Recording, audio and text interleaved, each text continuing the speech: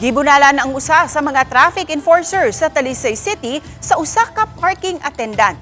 Human gipapahawa sa traffic enforcer ang sakyanan nga gipapark sa sospek.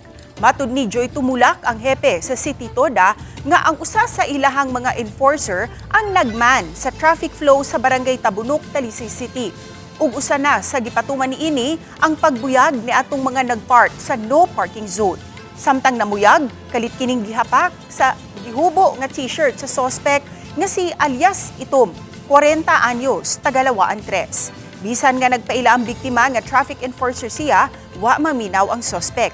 Milakaw ug bikuha ug tubo ang nga gibunal usab sa enforcer. Maayo na lang nga daling nakarescue ang kaubanang enforcer ug nakatawag sa Talisay City Police. Nasikop ang sospek ug kasong direct assault ang gipasaka batok niini.